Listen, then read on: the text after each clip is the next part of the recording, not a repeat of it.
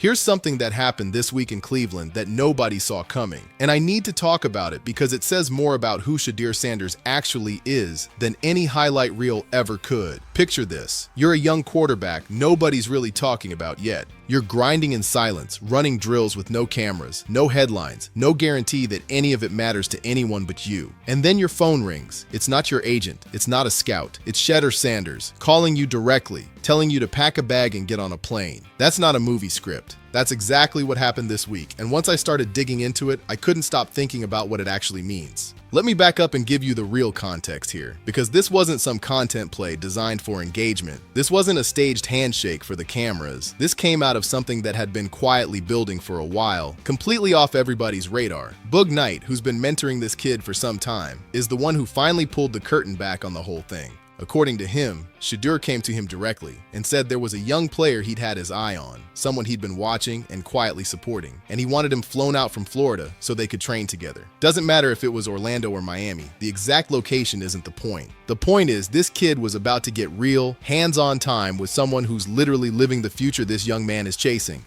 And here's what really stuck with me. Shedeur never asked for any of this to be documented. He didn't want a camera crew. He didn't want it posted anywhere. He wasn't looking for a headline out of it. It was Reunite who made the call to share it publicly, because in his eyes, this is exactly what the culture is supposed to represent. You put in the work, you break through, and then instead of locking the door behind you, you turn around and pull the next guy up. There's a phrase Boog used that I haven't been able to shake since I heard it. Reach one, teach one. You don't just walk through the door you fought so hard to open. You hold it open. Now sit with that for a second, because I think it's easy to hear a story like this and let it slide right past you without actually feeling the weight of it. Imagine being that young, still unproven, still trying to convince the world you belong, and the guy whose jersey you probably already own picks up the phone and personally books your flight. That's not some hypothetical daydream anymore for this kid. That's his actual reality now. And when it really sinks in, it's the kind of moment that can shift the entire trajectory of a young athlete's career, not just physically, but mentally, because now it's not some far-off dream. It's tangible. It's standing right in front of him. So they get him out there, they get him on the field, and the first rep happens. This is his very first face-to-face session with Shedeur Sanders, and immediately, the thing that jumps off the screen is his footwork. Clean, disciplined, no wasted motion, no hesitation, the kind of base that lets a quarterback release the ball on time instead of second-guessing himself under pressure. And I want to pause here because that detail matters more than people realize. Nerves expose bad habits instantly. You can fake confidence in an interview. You cannot fake clean footwork the first time you're standing across from someone at that level with everyone watching. His mechanics held up. Now, is he a finished product? Absolutely not, and nobody's pretending he is. He's still got a long runway of growth ahead of him, physically and mentally.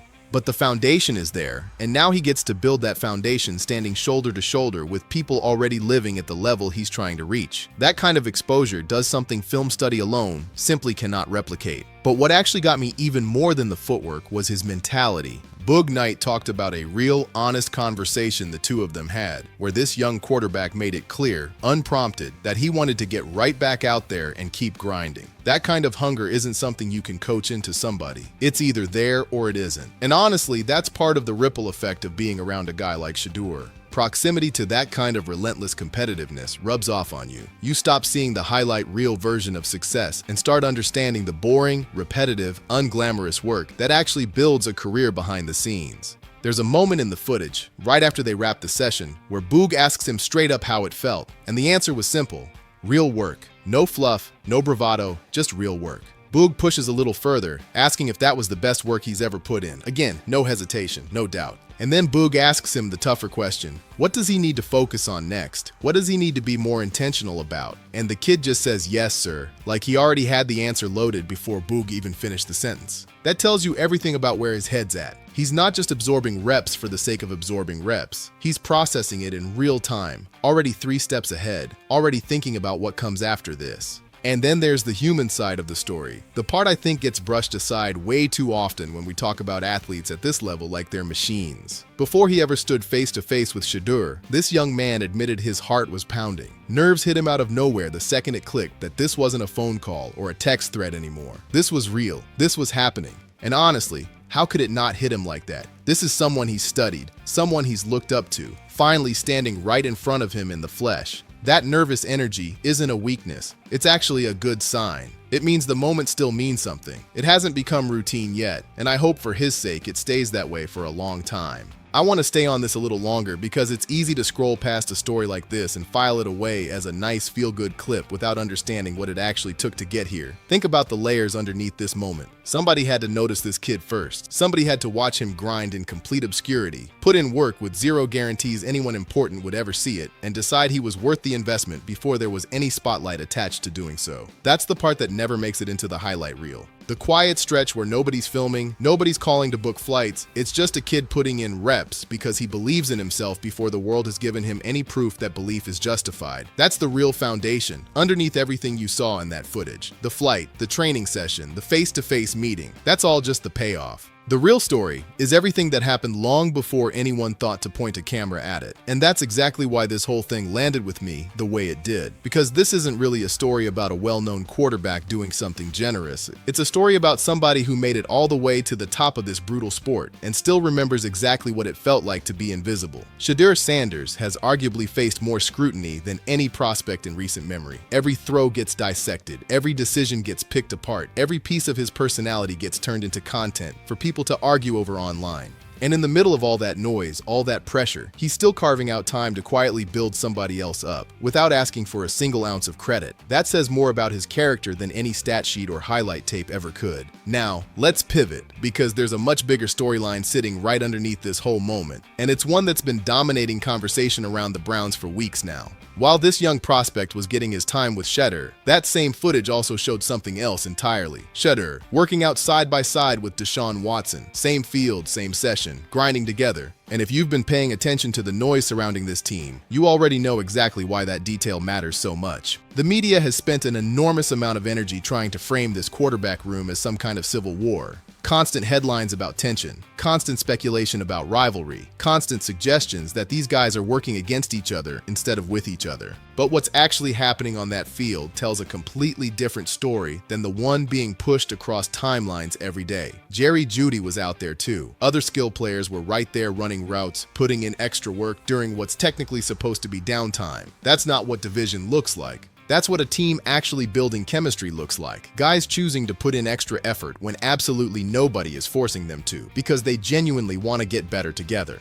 A lot of fans have been asking where Dillon Gabriel fits into all of this, especially since he wasn't part of this particular session. And I'll be straight with you, I don't have some secret inside track on his personal schedule that week. From what's being said, he was likely just handling his own recovery and preparation on his own time. That doesn't need to mean anything sinister, and I'm not going to sit here and manufacture drama out of an absence that almost certainly has a completely normal, boring explanation. Sometimes a guy just isn't at one specific voluntary workout. That's the whole story. There's no conspiracy hiding underneath it. But I understand why fans latch onto absences like this one. When a quarterback room is this crowded, this competitive, and this heavily covered by every outlet with a camera, every tiny detail turns into a clue. Who showed up? Who didn't? Who's standing next to who in a photo? Who got tagged in a workout video and who got left out of it? It becomes this strange guessing game where people are essentially trying to read tea leaves out of Instagram stories and grainy phone footage. And look, I get the impulse. When the front office isn't handing you a finalized depth chart in the middle of summer, you start hunting for signals wherever you can find them. But I'd push back a little on turning a simple scheduling gap into a full-blown narrative about tension or exclusion. Sometimes the truth really is that simple. What I actually want to focus on is how healthy this environment looks once you strip away all the outside noise surrounding it. Shedeur and Deshaun training together, willingly, without a camera crew forcing them into some manufactured unity moment for a highlight package. That's the kind of thing that builds real trust inside a locker room, the kind that doesn't show up on a stat sheet, but shows up in how a team performs when the lights are the brightest. Whatever role each of them ends up playing this season, whether that gets sorted out during camp or drags further into the year, this is exactly the version of competition that actually benefits a franchise long term. Guys pushing each other to get better, not tearing each other down out of insecurity. And I'd argue this matters far more than most fans give it credit for. Quarterback rooms don't usually fracture because of one dramatic blow-up moment. They fracture in the small, quiet moments nobody's filming. Guys skipping extra reps together. Guys treating every single rep like a zero-sum battle instead of shared growth. None of that was on display here. What was on display instead was two guys who clearly understand the business side of this sport, who know full well that only one of them is likely walking away with the keys to that offense, and who chose to show up for each other anyway. That's a level of maturity you don't always see this early in a career that's already been scrutinized this heavily. Now let's talk about something that added a completely different layer to this whole story.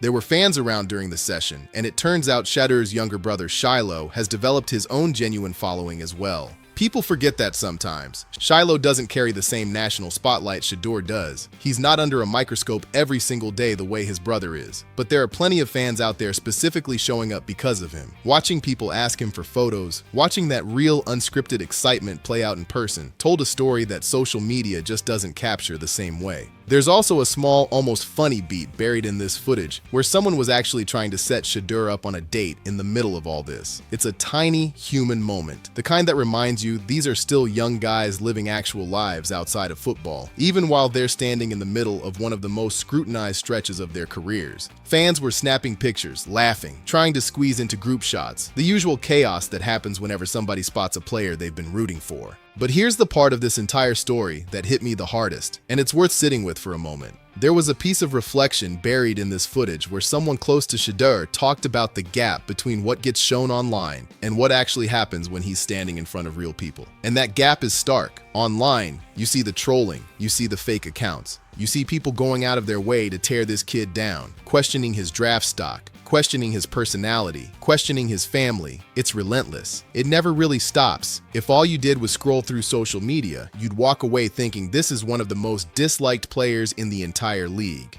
But then you watch what actually happens when he's standing in front of people in real life, and it's a completely different world. People lining up for photos, people asking for autographs, people genuinely lighting up just to be near him.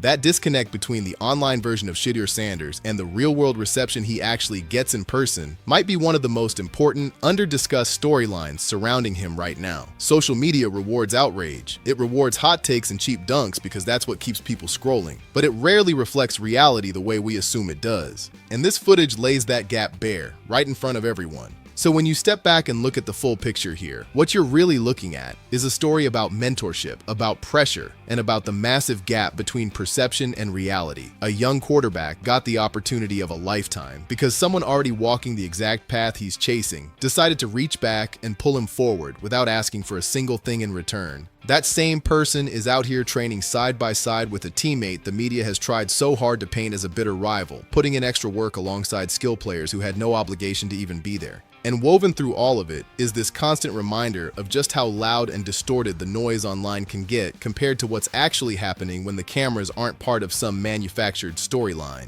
This is exactly the kind of story that reminds me why I love following this team, and honestly, why I love following Shedeur's journey specifically. Because underneath the endless headlines, underneath the constant debate about depth charts and quarterback competitions, there's a human element to all of this that's incredibly easy to miss if you're only paying attention to box scores and hot takes. A young player got his shot because somebody believed in him enough to pick up the phone. A veteran and a rookie trained side by side despite everyone online insisting they can't stand each other. And a family that gets torn apart daily by anonymous accounts still shows up in public to nothing but genuine love and support. I keep coming back to that one phrase though, reach one, teach one. Because when you strip away the football, strip away the jersey numbers, the depth chart arguments, the endless quarterback controversy discourse, what you're left with is a pretty simple truth. Somebody helped you get to where you are. Somebody believed in you before you'd given them a single reason to. And the way you pay that back isn't by locking the door behind you the moment you make it through. It's by doing exactly what Shedeur did here, quietly, without asking for attention, without needing it filmed, posted, or turned into some polished moment. He did it simply because that's who he is when the cameras aren't the reason he's showing up in the first place. And that's the piece of this whole story I don't want to see lost in the noise, because there's going to be plenty of noise coming. There always is with this team, with this quarterback room, with every single name attached to the Cleveland Browns right now. People will keep arguing about who should start, who's being underused, who the coaching staff actually trusts, who the fan base is rallying behind. That conversation isn't going anywhere anytime soon, and honestly, it shouldn't. Competition breeds accountability, and accountability is exactly what this roster needs heading into the season.